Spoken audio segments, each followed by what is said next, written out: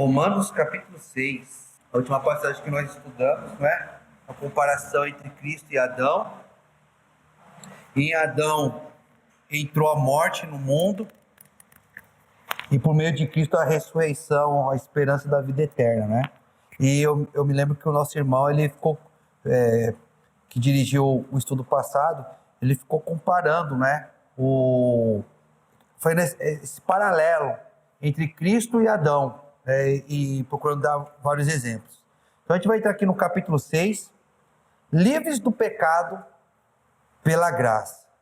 Então aqui o apóstolo Paulo, na verdade o Espírito Santo de Deus, por meio do apóstolo Paulo, ele vai fazer algumas ressalvas aqui para a gente, irmãos, para que não haja, né, uma perversão do que seja a graça de Deus, uma perversão do entendimento do que seja a graça de Deus. Acontece isso, infelizmente, hoje em dia, e aconteceu também no passado, pessoas não entendendo bem o que significa a graça de Deus. Infelizmente, algumas pessoas pensam que a graça de Deus é como se fosse um cheque em branco para você pecar, porque aí não vai acontecer nada. Jesus Cristo morreu pelos seus pecados, está tudo pago mesmo. Não é isso. E o apóstolo Paulo vai explicar bem o que significa a graça de Deus. Tá? Então é isso que a gente vai meditar hoje. O que de fato é a graça de Deus? O que de fato é viver na graça de Deus? Esse é o tema do capítulo 6. O que é viver na graça de Deus?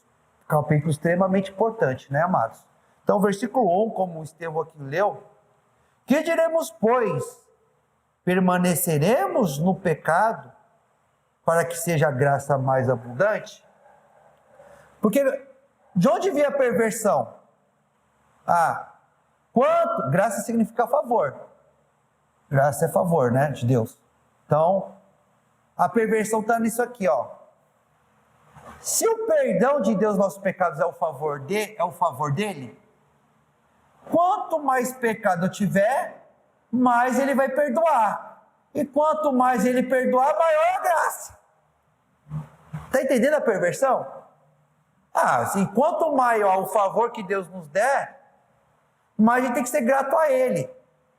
Então, podemos ficar pecando aí sem muita preocupação, porque a graça vai ser maior, o perdão vai ser maior, o favor vai ser maior, a graça vai ser mais abundante. Está entendendo a perversão? Está entendendo a perversão? E o apóstolo Paulo, o Espírito Santo aqui por meio do apóstolo Paulo, vai combater essa ideia maligna, irmãos. Ele vai combater essa ideia maligna que já estava começando a se espalhar naquela época. Lá em 2 Pedro, a palavra de Deus fala, o apóstolo Pedro fala assim, que muitos insubordinados e pecadores estavam distorcendo o que o apóstolo Paulo estava pregando, porque ele até reconhece, o apóstolo Paulo, né, escreve coisas, às vezes, difíceis de entender. Conforme o apóstolo Pedro escreve lá em 2 Pedro, que alguns insubordinados distorcem como distorcem as demais escrituras. Ou seja, o próprio apóstolo Paulo o apóstolo Pedro chama as cartas apostólicas de Paulo como escrituras. Eles distorcem as palavras de Paulo, assim como eles distorcem as demais escrituras, porque eles são insubordinados, eles não querem se submeter ao mandamento de Deus. Então, essa ideia perversa estava espalhando lá. Então, o apóstolo Paulo está perguntando aqui, o que a gente vai dizer? Permaneceremos no pecado para que seja a graça mais abundante, ou seja, para que seja maior o favor de Deus? De modo nenhum, versículo 2. Como viveremos ainda no pecado, nós, os que para ele morremos? Quando fala que nós morremos, não está dizendo que a gente morreu para tudo. A gente morreu para o pecado, a gente não vive mais para pecar. A gente vive para servir a Deus. Então, se você vive para servir a Deus, você não pode viver pecando. Porque o Deus odeia o pecado. É isso que o apóstolo Paulo está falando, é incoerente. Você morreu para aquela vida de subordinação. Você morreu para aquela vida de rebeldia. Sua vida agora é consagrada para Deus. É isso que ele está falando aqui. De modo nenhum. Como viveremos ainda no pecado? Nós, os que para ele morremos. Ou seja, aquela vida de pessoa que não se preocupava com os mandamentos de Deus, que não se esforçava, não buscava força em Deus para deixar aquelas coisas, acabou, não existe mais. Agora é uma vida de consagração, Senhor. Por isso o cristão não pode viver pecando. Peca sim, como acidente de percurso. Mas o próprio livro lá de 1 João fala que aquele que é nascido de Deus não vive pecando. Não vive pecando. Não é o constante dele. Não é o constante, irmãos. Tá bom? Ele continua. Ou porventura ignorais que todos nós que fomos batizados em Cristo Jesus, fomos batizados na sua morte? Ou seja, ele vai falar isso nos outros versículos. Nós não ficamos na morte. Nós morremos com o pecado. Mas estamos vivos. Vivos para Deus. E ele vai deixar isso bem claro lá no versículo 12.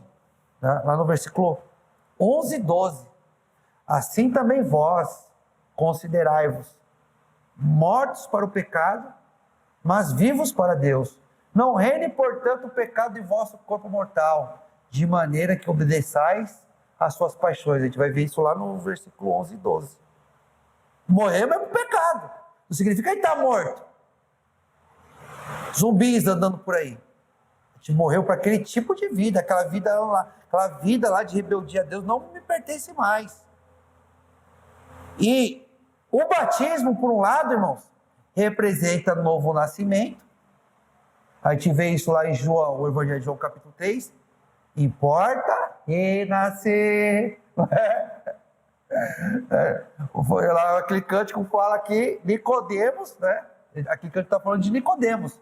Procurou Jesus de noite. E no cântico fala assim, importa renascer. Mas lá no versículo... É isso mesmo, renascer, nascer de novo. Lá no João capítulo 3 fala assim, verdade eu vos digo, aquele que não nascer de novo, não entrará no reino de Deus. Ou seja, se por um lado, o batismo é um novo nascimento, é o começo de uma vida, também é um sepultamento. A gente representa ali Jesus que morreu, mas sem pecado. Nós descemos para a água do batismo com muitos pecados. E alcançamos um perdão, a remissão, a libertação daqueles pecados, da condenação por aqueles pecados. E nascemos, por quê? Com a novidade de vida. Não para viver pecando. Não para viver pecando. Mas para viver fazendo a vontade de Deus. Claro, amados, que isso exige esforço e dedicação. A graça, o favor de Deus é justamente isso. É nos dar a oportunidade de mudar. Porque se Jesus não tivesse dado essa oportunidade, nosso esforço seria vão. É claro que nessa caminhada, a gente vai sofrer. Jesus sofreu para fazer a vontade do Pai, mesmo sem pecado. Ele foi crucificado ali, foi doloroso para ele. É difícil, é muito difícil, irmãos, crucificar o nosso egoísmo. Inclusive, lá em Gálatas, vamos ver lá rapidinho o livro de Gálatas, um versículo que eu gosto muito, que dialoga, marque aí Romanos capítulo 6, mas que dialoga intimamente com essa passagem de Romanos capítulo 6, Gálatas capítulo 2, versículo 20, olha que versículo bonito, irmãos. Eu vou ler o versículo 19 e 20. Gálatas capítulo 2, versículo 19 e 20. Ele fala aqui, olha que versículos poderosos aqui, Gálatas 2, 19 e 20. Porque eu, mediante a própria lei, morri para a lei, a fim de viver para Deus. Estou crucificado com Cristo. Logo, já não sou eu quem vive, mas Cristo vive em mim. E esse viver que agora tenho na carne, vivo pela fé no Filho de Deus, que me amou e a mim e a si mesmo se entregou por mim. Que versículo bonito, né, irmãos? Olha só, hein? Logo, já não sou eu quem vive.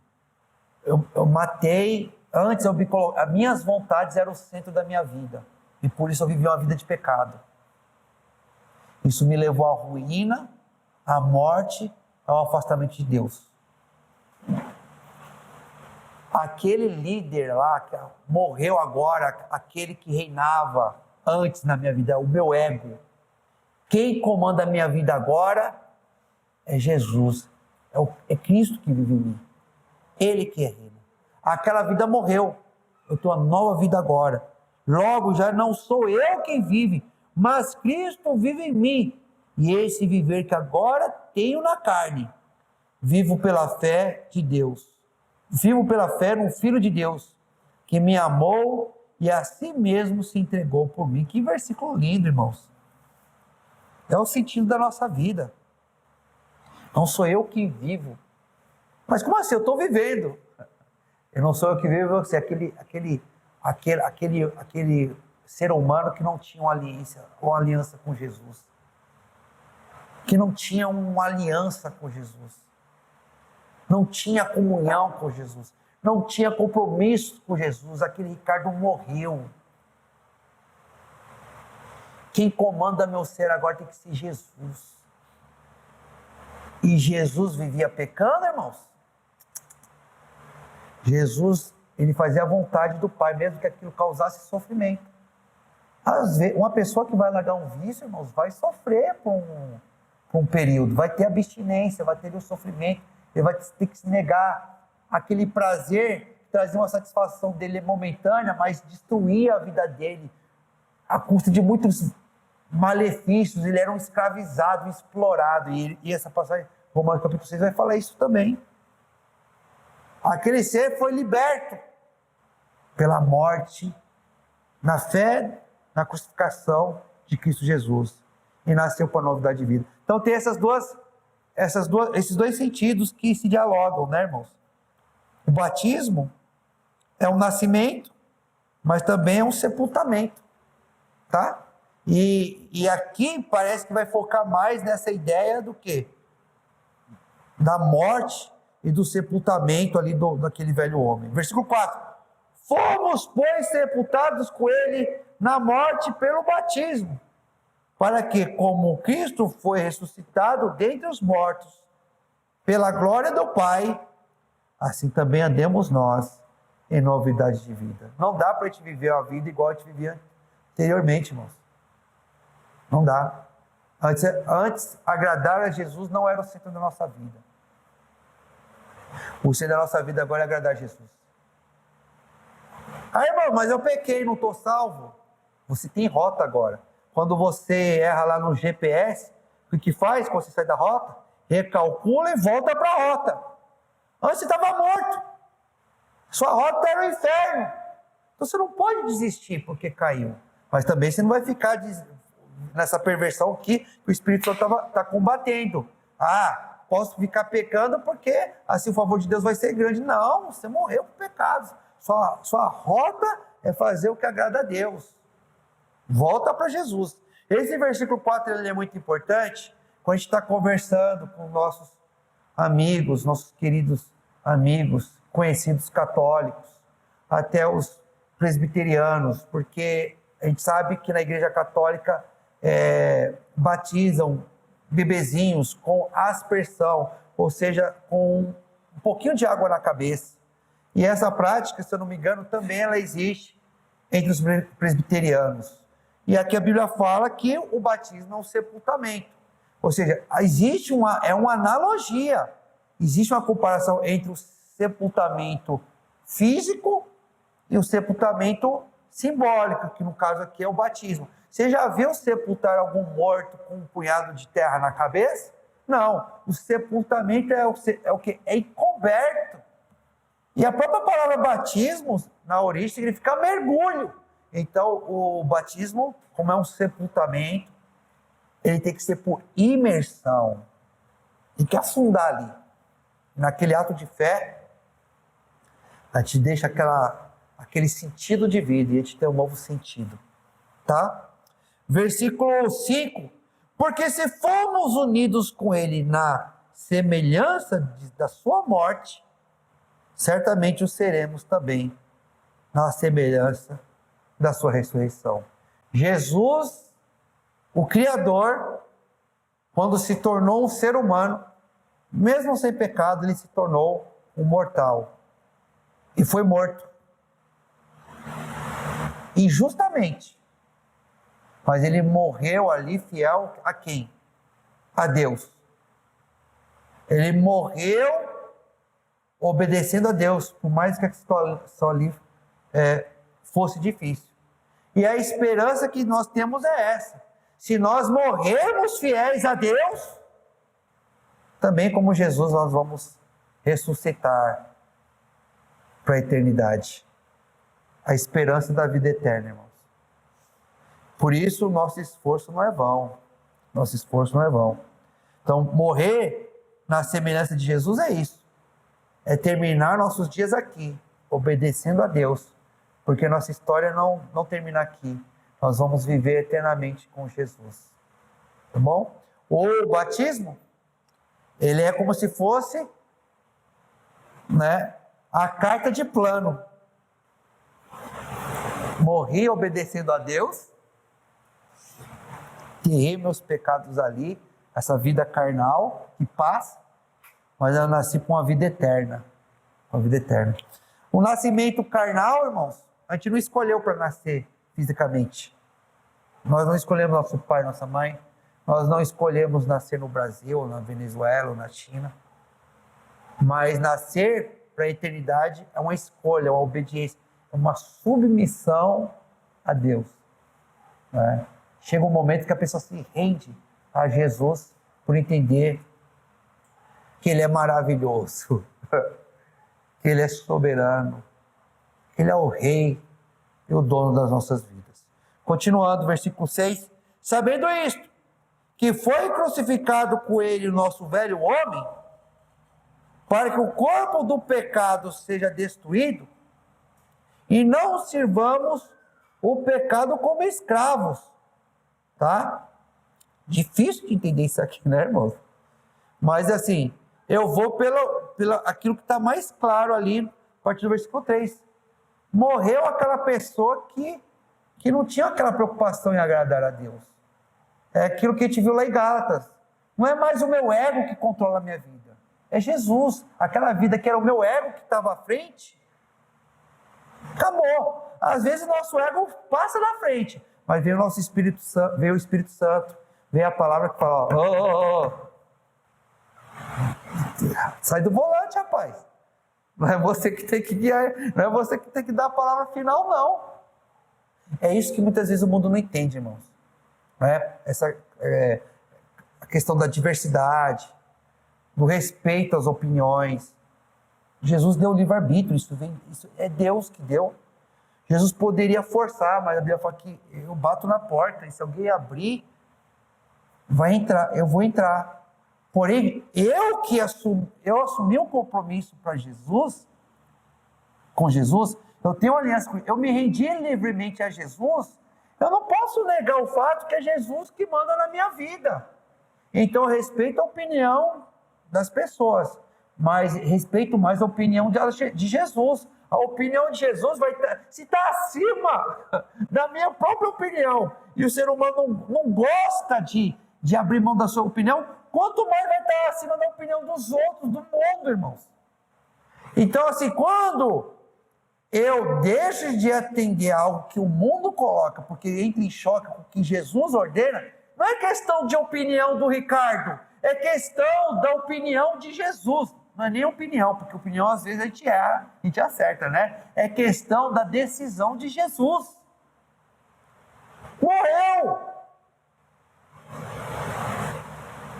O Ricardo, aquele que a opinião dele prevalecia. Quem prevalece é o mandamento de Jesus, porque ele é o rei. Ele é o rei por direito, por merecimento. Ele é tão bom que ele dá a oportunidade de você se render ou não, livremente. A partir que você, no momento que você se rende, irmão, seja coerente. Jesus é o Salvador, nos resgatou, mas também Ele é o Senhor. Ele que manda. Tá bom? Ele que manda. Então, aquela vida ali de rebeldia, que decidia, não, morreu. É Cristo que vive. Né? Por quê? Fala aqui, ó. Versículo 7. Porquanto quem morreu está justificado do pecado. Irmãos, versículo difícil de entender. Vou ler de novo. Porquanto quem morreu está justificado do pecado.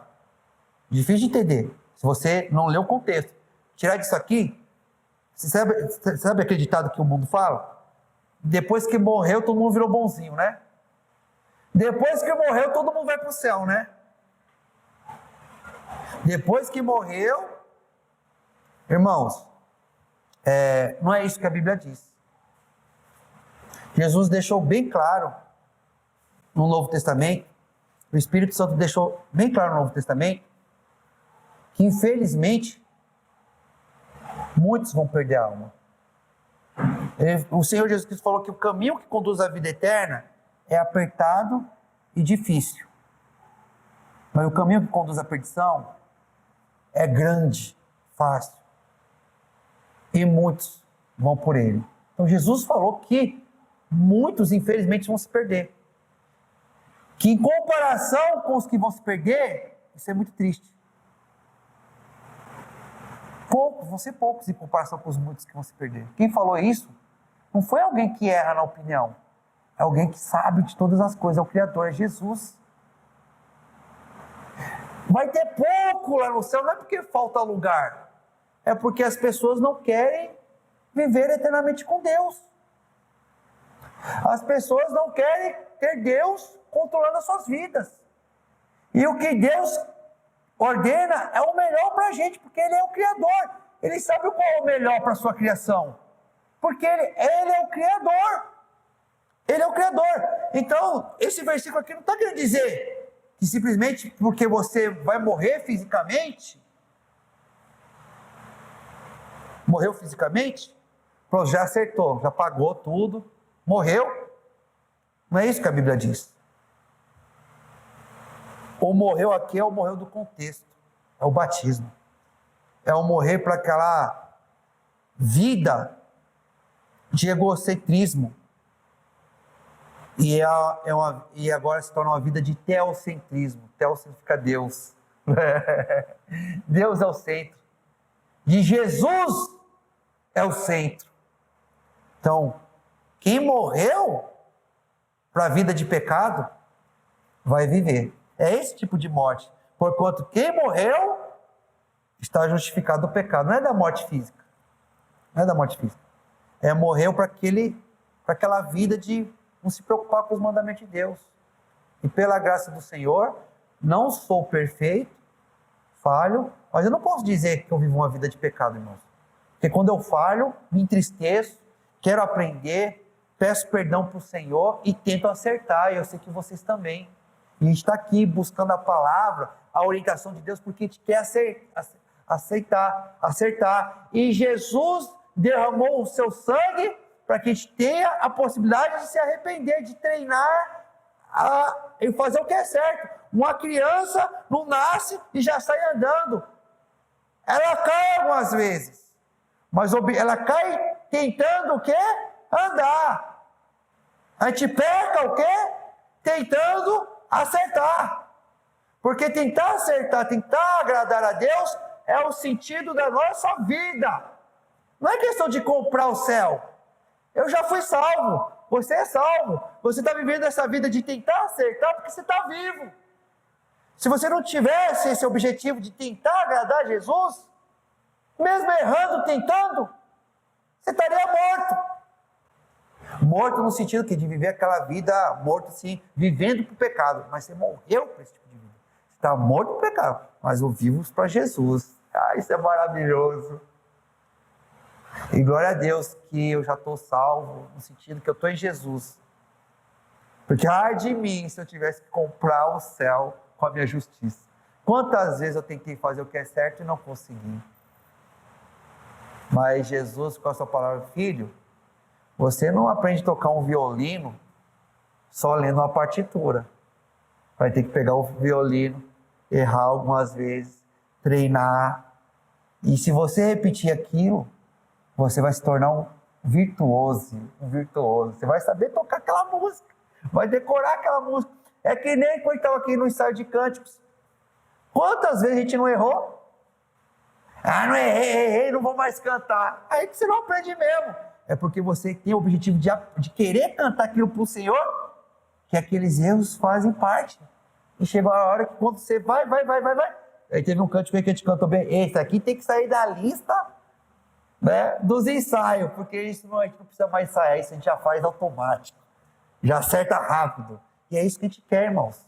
Que a cada tempo que vai passando as áreas da nossa vida, a gente vai tendo o automático, não o automático do pecado, mas o automático da virtude, que vai ser papum, a gente vai fazer o que é certo, sem esforço, com alegria, sem tristeza, e é a nossa natureza, né? Mas para alcançar isso, a gente tem que ter fé, confiança no amor de Jesus, no perdão de Jesus, e sofrer sim, para tentar fazer o que é certo. Não é? Às vezes a gente pena para tentar acertar alguma coisa, para consertar uma máquina, para arrumar alguma coisa que quebrou, não é? Mas Jesus nos deu a possibilidade para isso, é orientação. É maravilhoso, porque agora a nossa vida tem sentido. Uma vida de propósito, amados. Uma vida de propósito. Então é isso que significa. Olha, se já morremos com Cristo é batismo. Nesse sentido. Cremos que também com Ele viveremos. Versículo 9. Sabedores de que havendo Cristo ressuscitado dentre os mortos, já não morre. A morte já não tem domínio sobre ele. Ele não é mais um ser humano comum. Enquanto ele se esvaziou, nasceu ali de Maria, aqui na terra, ele estava sujeito a morrer. Sangrou de verdade, irmão. O coração dele parou de bater. Parou de bater, ele morreu. Mas depois que ele ressuscitou, foi para o definitivo. E essa é a esperança que nós temos também. É essa a esperança que nós temos também. Sabedores de que, havendo Cristo ressuscitado entre os mortos, já não morre. A morte já não tem domínio sobre ele. Pois, quanto a ter morrido, de uma vez para sempre morreu para o pecado. Como assim morreu para o pecado? Enquanto Jesus estava aqui na terra, ele foi tentado, irmãos, até o último dia da sua vida. Ele não pecou. Ele não pecou. Mas depois que ele ressuscitou, está lá na glória, Jesus não está sendo mais tentado. Jesus está vitorioso no trono de Deus, na glória divina ali. Está ali. Ou seja, acabou, né? Jesus como humano, a luta contra o pecado. Reitero, como falei em Hebreus capítulo 4, foi tentado, mas não pecou nenhuma vez. Mas um dia também a gente vai morrer para essa luta aqui nesse mundo. O dia de ser fiel é agora, porque fidelidade mostra o quê? Em você deixar de fazer alguma coisa que você tem a possibilidade de fazer o que é errado e você escolhe livremente fazer o que é certo. Isso é liberdade, isso é fidelidade. Lá na glória, irmão, já escolhemos. Vai ser a nossa natureza divina, da mesma forma que a gente vai herdar isso de Jesus. Tá? Essa comparação que o apóstolo Paulo está falando. Não é pecar para que a graça seja grande, não. A graça, ela vai se manifestar se a evolução de você abandonar gradativamente o pecado, até o ponto que não vai ter mais nenhuma possibilidade de pecado mesmo. Mas quanto a viver, vive para Deus. Aí vem aquele versículo 11 e 12 que eu gosto tanto. Assim, comparação com Jesus, sempre comparando com o Salvador, né? Assim também vós considerai-vos mortos para o pecado, mas vivos para Deus em Cristo Jesus. Não reine, portanto, o pecado em vosso corpo mortal, de maneira que obedeçais às suas paixões.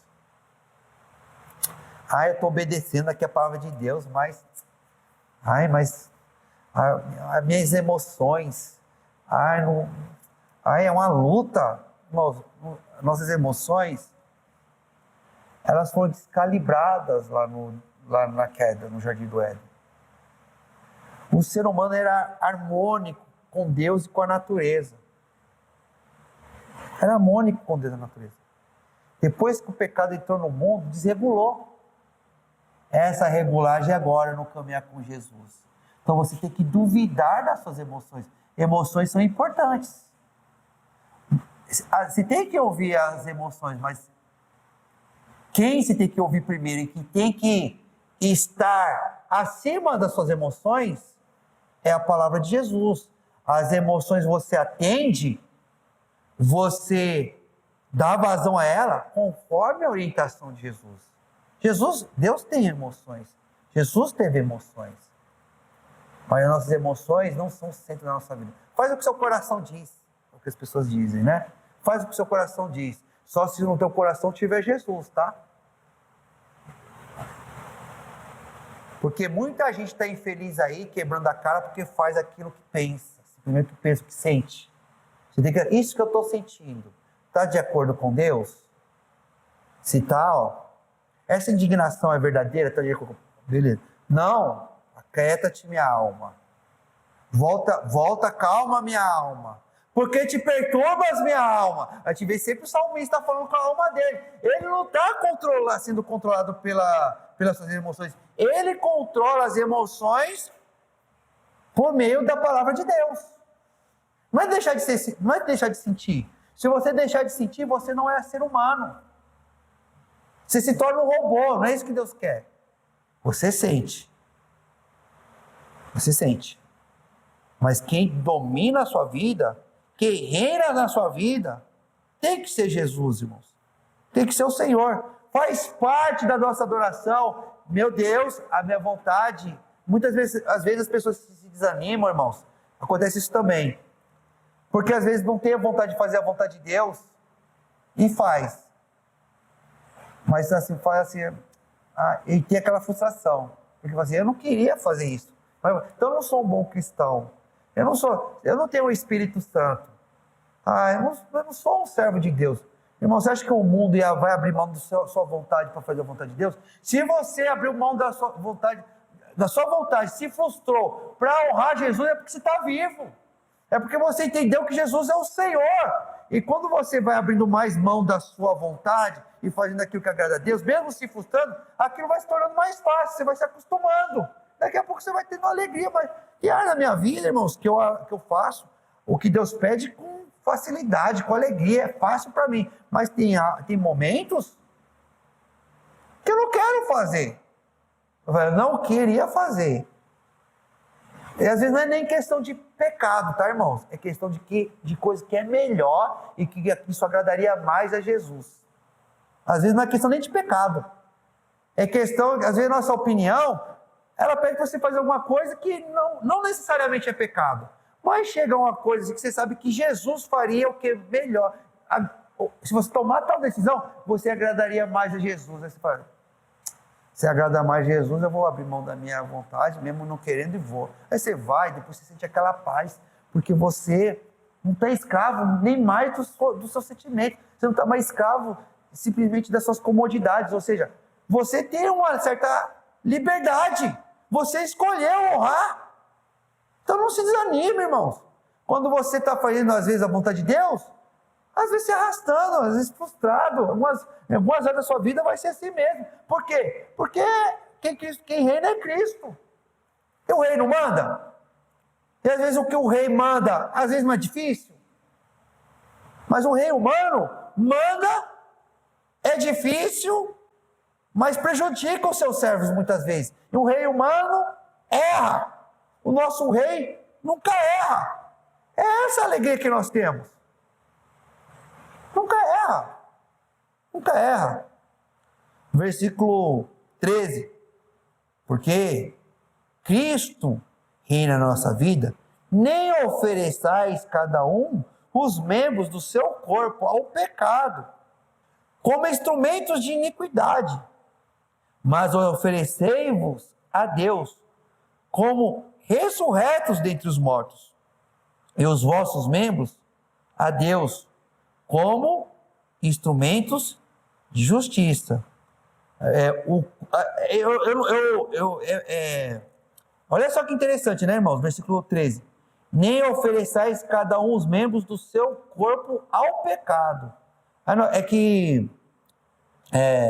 Tem um versículo, né, que fala assim, que o corpo do pecado. Não obedeça ao corpo do pecado, né? Ou seja, você vai destruir seu corpo, não é isso. É aquela vida de pecado. Deus, ele quer que o seu corpo seja um santuário para Deus, como fala lá em 1 Coríntios, capítulo 6, e também no capítulo 3. E é isso que ele fala aqui. Antes, você era marionete das suas paixões, geralmente suas paixões manipuladas pelo inimigo das vossas almas, para te destruir, para acabar com você. Você era um joguete das emoções, das circunstâncias da vida, dos espíritos malignos. Agora você não é mais joguete. Jesus colocou um manche na sua mão, mas você escolheu passar assim, ó, aqui, eu prefiro que o Senhor dirija para mim. E agora, esse corpo que você tem, essa vida que você tem, não é mais marionete. Você não é mais joguete. Eu tenho um destino, eu tenho orientação na palavra, eu tenho o meu Senhor, eu tenho meus irmãos, eu tenho sentido para a minha vida. Meu corpo agora é para a honra e glória do Senhor. Minha vida é para o Senhor. Agora eu faço e deixo de fazer conforme o que o Senhor ordena, porque Ele sabe o que é melhor para mim. Glória a Deus. Glória a Deus. Versículo 14. Porque o pecado não terá domínio sobre vós, pois não estáis debaixo da lei, e sim da graça. Isso aqui é uma promessa, irmãos. É uma promessa de Deus, e Deus não mente. Tá? Não significa que você não vai ter lutas contra o pecado. Não significa que às vezes, infelizmente, você tentando fazer o que agrada a Deus, você vai pecar algumas vezes, você vai perder algumas batalhas. Mas a palavra diz aqui que você não vai perder a guerra. Você nunca vai ser dominado pelo pecado. Você sempre, com Cristo, você tem a possibilidade de vencer. Mas você tem que crer nisso. E se exercitar na piedade, na obediência ao Senhor. Quanto mais você vai se exercitando, mais facilidade você vai ter de obedecer a Deus. Irmãos, tem um ditado antigo que fala o seguinte: se você entra numa floresta, um caçador, é um ditado antigo, eu não sou caçador, então eu não sei se isso é verdade, mas parece, se tem esse ditado, provavelmente é daqui do convívio do caçador. Fala o seguinte: se alguém entra na floresta achando que não vai caçar, que não vai pegar o animal, não vai pegar mesmo. Se a pessoa já entra achando que não vai pegar mesmo. Porque vai ser com aquele pensamento, é inútil. Aí não vai se esforçar. O que acontece? Não vai se esforçar bastante. Quando você vai fazer alguma coisa que você... Olha só, irmãos. Você vai tentar fazer alguma coisa que você tem certeza que você acha que é impossível. Você não vai. É impossível. Então você vai pensar que todo esforço é em vão. Agora, se você vai para aquilo, não, eu vou porque é difícil, mas Deus está comigo. Jesus me dá condição, eu vou vencer sim, por mais que seja difícil, por mais que seja duro, você vai dar vitória, você não vai entregar a vitória de mão beijada para o diabo, porque você sabe, como tem um ditado no esporte também, que uma partida só termina quando acaba. Irmãos, você não pode entregar o jogo, mesmo que você pensa que está perdendo. Porque se você é valente, mesmo que você estiver perdendo, aquilo ali é circunstancial. Jesus vai virar o jogo para você. Porque você está perseverando, você não está desistindo. Você quer honrar o Senhor, Jesus vai virar o jogo para você. O pecado não terá domínio sobre vós. É isso que a Bíblia está falando. Você ficar sempre arrumando desculpa. Irmão, não tem jeito, porque eu não nasci num lar perfeito. Meus pais eram alcoólatras, eu era abusador, não sei o quê. Eu não nasci numa família cristã, eu não tive apoio de ninguém, eu não sei o quê. Eu tenho tanta... Se você ficar dando olhando para isso, essas desculpas, mas não olhar para o poder de Deus, é claro que você vai perder. Porque quando você for tentado, você vai, toma, vai. Vai jogar a toalha. Mas o que fala a palavra do Senhor? Resistir ao diabo e ele fugirá de vós. Um homem sem Deus, irmãos, desiste mesmo. Vai perder mesmo para o diabo, um homem sem Deus. Entregue as suas paixões, não tem aliança com Jesus, não medita na palavra, não ora. Vai vir a tentação, vai cair mesmo. E não vai ter volta. Mas aquele que tem Jesus vai levar alguns gols às vezes. Vai sofrer. Mas não desiste, não vou entregar o jogo. Porque a palavra de Deus fala: resistir ao diabo e ele fugirá a vós. Quantas vezes aconteceu com você, irmão? Quantas vezes aconteceu comigo? Que naqueles momentos assim, de tribulação, de raiva, de indignação, você pedindo, a carne pediu para você pecar. Aí você se ajoelha assim: não vou, isso não agrada a Deus, eu vou me segurar, eu vou acalentar meu coração, e aquela luta, e você ora, e a situação não muda, você está sendo ali provocado, está sendo tentado, e não melhora. Senhor, socorro, Senhor. Mas aí você insiste, de repente, passa, e você não fez uma grande besteira que você vai se arrepender pro resto da vida.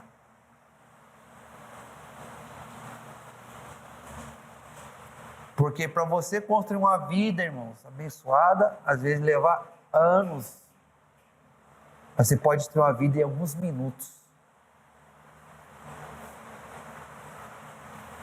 A gente tem Jesus ali para aguentar firme, meu filho.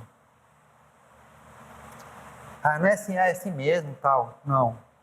O pecado não terá domínio sobre vós. Senhor, não permita que eu esqueça esse versículo jamais quando eu for tentado, quando eu for provado. Não, que eu não ceda, Senhor. Que eu não ceda, que meus irmãos não cedam às tentações, que sejam fiéis com Jesus. Por mais que a gente sofra nessa batalha, que a gente não ceda, porque o Senhor é fiel. A palavra diz que o pecado não terá domínio sobre nós. Não terá. Então volta para a rota, irmãos.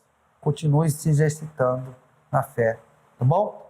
Amados, alguém teria aqui alguma pergunta ou comentário? Alguma colocação? Até esse trecho? É isso que esse trecho fala para mim, irmãos. Eu quis compartilhar para vocês. Se alguém quiser acrescentar algo, por favor, fique à vontade, viu? E você pegou aqui, é isso que eu estou falando nessa questão da luta. Jesus morreu como? Fazendo a vontade de Deus. Foi fácil fazer a vontade de Deus? Às vezes não é fácil, irmãos. Às vezes, fazer a vontade de Deus, você não vai sofrer por fazer o que é certo? Você vai sofrer, às vezes, por fazer o que é certo. Você vai sofrer, às vezes, por fazer justamente o que é correto. Jesus morreu por isso. Mas a história não acaba aí. Ele ressuscitou. E ele não sofre mais. O mal desse mundo não toca mais nele, ele reina. Um dia ele vai voltar. Então, a nossa luta não é vã. Por mais que te sofra obedecer, por mais que seja difícil obedecer, ali é circunstancial. Aquela dor é limitada, aquele sofrimento é limitado. A gente tem a recompensa, a felicidade, a bem-aventurança, a plenitude prometida para a gente. Então, foi bom se destacar isso. A gente tem que ser fiel como Jesus. A gente vai ter a recompensa que Jesus teve também. Ele vai se aprofundar. Até aqui ele tem usado mais essa figura da morte e da ressurreição. Mas aqui já está tendo uma transição. E nos próximos versículos, que eu acho que é você que vai dirigir o próximo estudo, ele vai se aprofundar nessa figura da escravidão. Não é? E quando eu estava lendo em casa, eu achei que ia conseguir terminar o capítulo, mas eu nunca consigo, irmãos. Quando ele começa aqui a meditar com vocês. Agora, esse versículo que a irmã Rosa colocou, né? Se morrermos com Cristo. Como Cristo morreu. A crucificação foi o ato de maior humilhação que Cristo passou aqui na Terra. Aquela morte era morte para as piores pessoas da época. Para os piores criminosos. Era uma coisa extremamente humilhante. Arrancavam a roupa da pessoa ali, pregavam ela e ela ficava ali sofrendo ali. Jesus passou por aquela humilhação por fazer a vontade de Deus e não se deixar intimidar pelo pecado. Vai chegar alguns dias, irmãos, essa palavra é para mim, é para você. Você vai falar assim, ó, tá difícil. Tá difícil no emprego. Tá difícil na escola. Tá difícil em casa. Tá difícil com a minha família. Agora, se tá difícil, por quê? Se for porque eu estou procurando fazer o que é certo. Isso está incomodando o reino das trevas. Estou sofrendo. Estou me sentindo humilhado. Se você morre com Cristo, se você é humilhado com Cristo, você está passando por essa humilhação porque você está com quem? Com Cristo. Você não abandonou Cristo. Se você é humilhado com Cristo, a promessa da palavra de Deus é que você vai ser exaltado com Cristo. Glória a Deus, né, irmãos? Isso é para mim, é para você. É assim mesmo. Se eu estou sofrendo porque tu faz o que é correto, é assim mesmo. Jesus vai prevalecer. Jesus vai prevalecer. Eu não vou me titubear, é um dia de cada vez. Eu vou respirar, vou curar minhas feridas com Deus, com as pessoas que me amam. Que a pessoa que é de Jesus, nessa hora, ela vai chegar e vai te abraçar. Continua. É assim mesmo. Jesus, honra ao Senhor. Você tem quem te ama. O Espírito Santo fala com você e você ganha aquele gás e você vai para a batalha de novo. Claro, irmãos, eu queria que essa vida fosse um parquinho de diversões. É claro que o Senhor permite para a gente momentos de refrigério, momentos que a gente ganha aquele fôlego. Para o quê? Para continuar lutando. A verdade é que essa vida é luta. Essa vida é batalha. Mas não é como Antônio Bourjá falava, que a vida é uma causa perdida, não. Essa luta é o bom combate. Se você sofre, você se humilha com Cristo, para honrar Cristo, você é mais do que vencedor. A gente entra numa batalha, irmãos, numa guerra, que a gente já sabe o resultado. O resultado vai ser a vitória final de Deus. O que a gente sofre é circunstancial, é passageiro.